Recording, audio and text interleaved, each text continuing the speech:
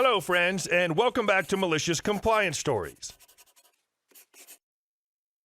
In the first story, our OP turned out to be a better parent for other people's children than their biological parents, who, by the way, turned out to be real beggars. But before we begin, don't forget to subscribe to our channel if you're new here, and turn on notifications so you don't miss a new video every single day. Here we go. Thanks for pulling off Christmas for my kids, but did you happen to think to get me and spouse anything? So my oldest daughter and her two sons came to the house yesterday for Christmas. My next oldest takes the dogs for their walk and older sister joins. Upon returning, they both look ready to cry. Apparently, they ran into two of the 5 kids that live around the corner with their POS parents. These 2 kids are 8 and 10. Long story short, they're sad and tell my daughters they're not celebrating Christmas this year because their father lost his job a few weeks back and they have no money. I've offered this man a job, but like I said, POS. Enter the wife who hears the story, and now there are 6 watery eyeballs beaming my orders into my brain. Okay, we got this. The wife and I go upstairs to discuss some things, and within minutes, all 3 of our girls are standing at our office door with cash in hand, demanding to help give these kids at least something to wake up to. Hell yeah, we raised them right. Well, except for the whole teen pregnancy thing our oldest managed to pull off, but I digress. So what's the plan, I ask? It doesn't take long to figure out that with the time we have to pull this off, plus my hatred for crowds and strangers in general, that Walmart will more than work. One stop, I'm sure they'll have a bunch of registers open. Looking at you, 7 closed registers, and we'll get in and out in no time. Yeah, that didn't happen. So we eventually GTF out of there, go home and commence wrapping. Mission partially accomplished.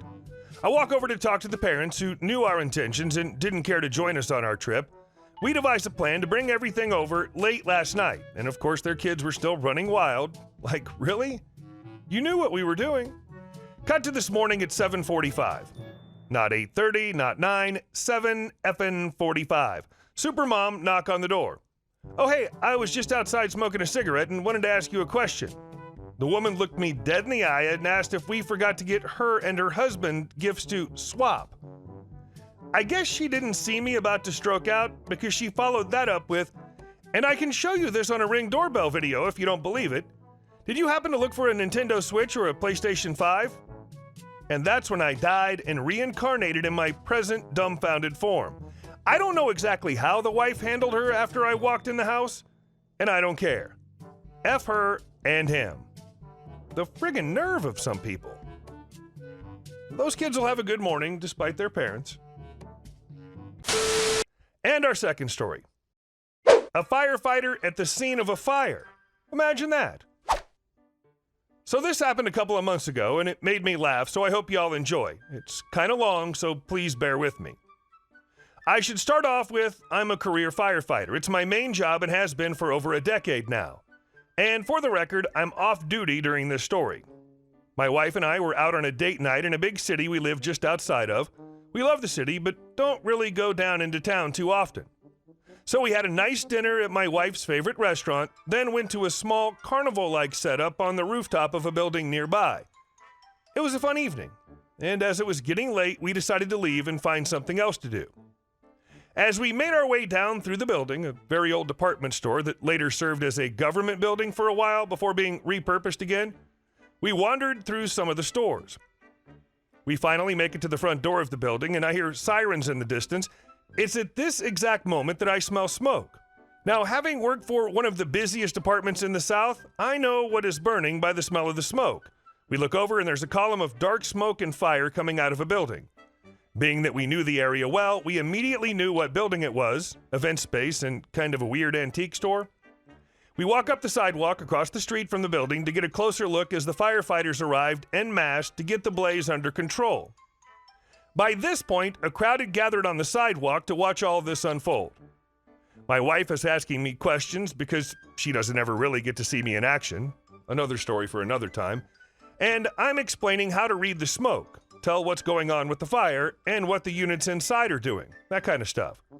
As I'm explaining all this, the wind shifts and blows some of the smoke around to our direction. Not bad enough for any kind of hazard, though. As we move to get a better view of what's going on, my wife is short, this woman, I'll call her EB, probably in her late teens or early 20s, looks at us and says while filming on her phone, "Now calm down here, guys. I think we're okay. Besides, we were here first, and you're standing in the way of my shot," in a sarcastic and smug tone, and her boyfriend let out a snort of laughter. I should mention here that we were standing about 6 feet to the side of her, but I'm guessing they heard us talking about everything, and without missing a beat, my spitfire of a wife deadpan looks at her and says, in the sweetest southern accent you've ever heard, "Yeah, well, he's a fireman, so I think he probably knows a lot more about what all is going on than you do." Cue the color draining from EB's face and her eyes getting as big as saucers as she puts down her phone. If she tried to backpedal any faster, she would have ended up in last week. EB, looking at me now, "So, do you think we're okay here? Or do you think we need to move? What are they doing in there now?" Her boyfriend didn't say anything. He just kept his eyes glued to the ground and his head down. I respond professionally and respectfully, answering her questions, pretty much the same ones that I just explained to my wife, and my wife and I take our leave as the fire was now out. But as soon as we got out of earshot, I burst out laughing. Your wife's fire was hotter than EB's. Good on her for that, and you for remaining professional. And our next story. Everybody knows women don't know S about computers. My company will send me out as a consultant for their business, artificial intelligence design and implementation, a few times a year. I'm female, 29, ginger, tall, too thin, and am considered attractive. The only other thing I had going for me at the time was 4 years of experience as head of research and development for my company, 2 master's degrees, and 1 halfway through my doctorate at the time.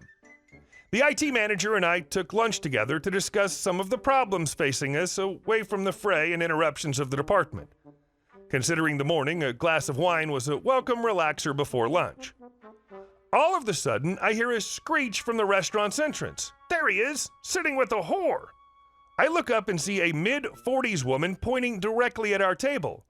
Before I know it, she's pushed her way through the restaurant to our table. She screeches, "So this is your business lunch, a painted slut?" Granted, I was wearing mascara and lipstick. IT guy tries to interrupt her, but she continues. "This is what turns you on? Girls dressed like sluts so you can stare at her boobs?"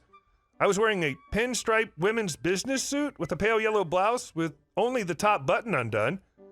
While he tried to stem her ire, I reached in my purse and pulled out a business card. She would have none of it and pushed our salads off the table.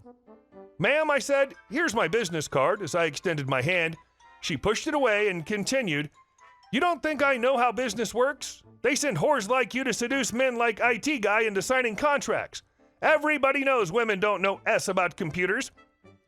About that time, I saw 2 claws coming at me and backed away. Fortunately, restaurant staff arrived about then and worked to defuse the situation. Unfortunately, that was when she turned on IT guy and the police had to be called. The last I saw her, she was being let out in handcuffs with IT guy trailing. She was screaming, "You don't arrest whores in this city!" I was supposed to be gone for 3 days. I flew back and returned to my office the next day. My boss was waiting and crooked his finger at me to follow him to his office. Little did I know the story had already reached the office. My team was insufferable for the whole day, and there were way too many giggles, especially after I found the see-through nightie hung up on my office door just below the sign, "Conferences, $200 an hour." Your superpower is you can make people uncomfortable by being smart and good-looking at the same time. You'd be a great villain. And our last story. Mad about being towed? Next time, read the signs. Oh, you keyed an employee's car. That's going to cost you. There was an IT business with limited parking for employees and contractors in a gentrified area that was now bustling with nightlife and new money.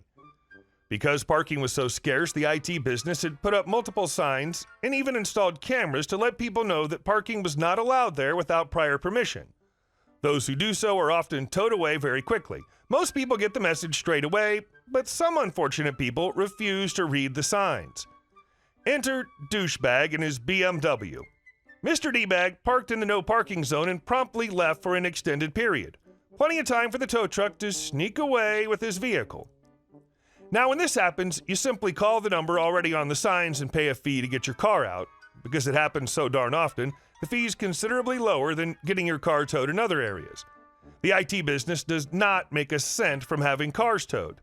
They don't care to allow parking at any time, day or night, because of the nature of the business. Mr. Douchebag doesn't care.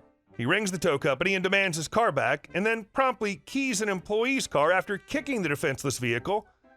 Little did he know that while his vehicle was illegally parked, surveillance cameras captured the make, model, and license plate of his vehicle, along with his crime in the act.